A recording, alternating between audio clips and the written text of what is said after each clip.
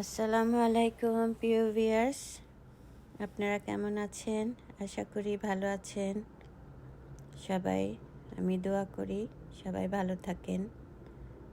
তো আজকে আপনাদের জন্য আমি একটা নতুন রেসিপি নিয়ে আসছি, আশা করি আপনাদের ভালো লাগবে। সেটা হচ্ছে ইলিশ দই। আমি কয়েক পিস ইলিশ মাছ নিয়েছি, বেশি নেইনি, যতটুক আমি মনে করেছি যে অল্প করলেই ভালো, দেখাতেও সুবিধা হবে আর আপনাদের করতেও ইজি হবে, সেই জন্য আমি নিয়েছি পরিমাণ মতো। এর মধ্যে আমি 2টা মিডিয়াম পেঁয়াজ কেটে নিয়েছি আর 1 চামচের মতো পেস্ট রসুন নিয়েছি আর কয়েকটা রসুন নিয়েছি আর হাফ কাপ দই নিয়েছি। তো আমি তেল দিব এর মধ্যে আর এটা মিক্স করে আমি এক এক করে ইনগ্রেডিয়েন্টগুলা মাখাবো। এবার আমি অ্যাকচুয়ালি পেঁয়াজ গোল গোল করা কাটা ছিল, আমি সেটাকে ছুটিয়ে আলাদা করে নিয়েছি। সেটা আপনারা দেখবেন আমি যখন মাখাবো তখন। আর এগুলোকে আমি মাখিয়ে দিব। আমি তেলের মধ্যে ভুনবো না। তেল আমি লবণ পিঙ্ক সল্ট নিয়েছি একটু, আপনারা আপনাদের মতো করে যেটা ভালো লাগে সেটা নেবেন। সো আমি এবার কি করেছি, মাখিয়ে নিয়েছি সব ইনগ্রেডিয়েন্ট। মাখানোর পর আমি ইলিশ মাছটাও এবার আমি সব কিছু মাখিয়ে এভাবে করে রেডি করে নিয়েছি।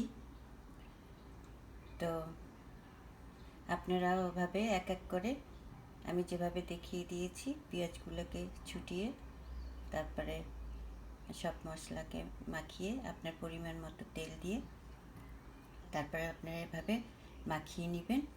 এরপরে আমি চুলায় বসিয়ে দিব। আমি কোনো চুলায় মশলা এগুলো আমি কষাইনি, আমি সব কিছু মাখিয়ে বসানোর চেষ্টা করেছি।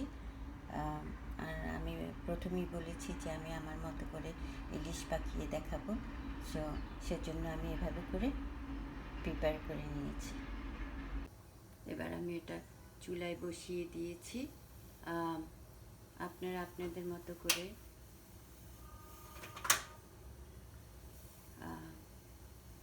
কম বেশি আঁচ করে নিন। এটা একদম প্রথমে একটু মিডিয়াম আঁচেই আপনার পাকাতে হবে, তারপর আপনারা বুঝতে পারবেন কিভাবে করে উঠাবেন। ইলিশ মাছটা অতক্ষণ বেশি লাগে না, অল্প কিছুক্ষণ। আর ইলিশ মাছে যেহেতু ওমেগা 3 আছে, সো আমরা যতই ওটা ফুটিয়ে না খাবো অতই ভালো মিডিয়াম বেক করে। তো যখন এটা শেষ হবে আমি আপনাদেরকে শো করব। আমি আঁচটা একটু প্রথমে বাড়িয়ে দিয়েছি, একটু যখন বলক আসবে তখন আমি ওটাকে মিডিয়াম আঁচে দিয়ে দিব। আমার এটা আমি যে হিটে দিয়েছি ওটাতে এই অবস্থায় হচ্ছে। তো আমি এখন মিডিয়াম আঁচে দিয়ে দিব। আমি মাছটাকে যে পাশে ছিল আমি অন্য পাশে উল্টিয়ে দিয়ে তারপর আমি লো ইসে দিয়ে দিচ্ছি। আপনারা এটা আপনাদের পরিমাণ 10 থেকে 15 মিনিট যদি রাখেন তাহলে হয়তো হবে। আর বাকিটা আপনাদের টেস্টের উপরে, কীভাবে করে আপনারা কতটুকু বয়েল করলে আপনাদের পছন্দনীয় হবে অথবা আপনারা টেস্ট ফিল করবেন।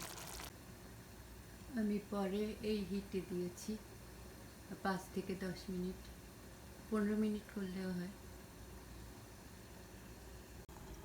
আমার এটা অলমোস্ট ডান।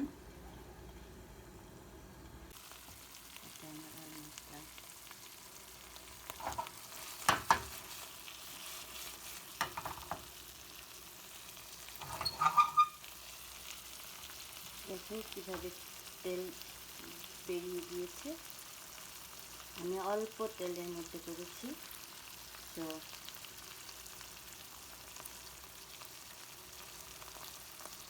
এভাবে করে আপনারা করবেন, আপনাদের কাছে ভালো লাগবে আমি আশা করি। তো নূতনত্ব আমি মনে করেছি, তো আপনাদেরকে দেওয়ার চেষ্টা করেছি। তো এবার চলেন আমি পরিবেশন করে দেখাচ্ছি। প্রিয় ভিউয়ার্স, আমার এটা রেডি হয়ে গিয়েছে, এটা খাওয়ার মতো। সো আপনারা এটা রুটি দিয়েও খেতে পারেন, ভাত দিয়ে খেতে পারেন, ইভেন যদি চান পোলাও দিয়েও খেতে পারেন। আমার এটার মধ্যে তেল একদমই মনে হয় না অনেক বেশি। আপনাদের ভালো লাগলে আমাকে লাইক, কমেন্ট এবং শেয়ার করবেন। সো আজকের মতো আল্লাহ হাফেজ, ভালো থাকবেন।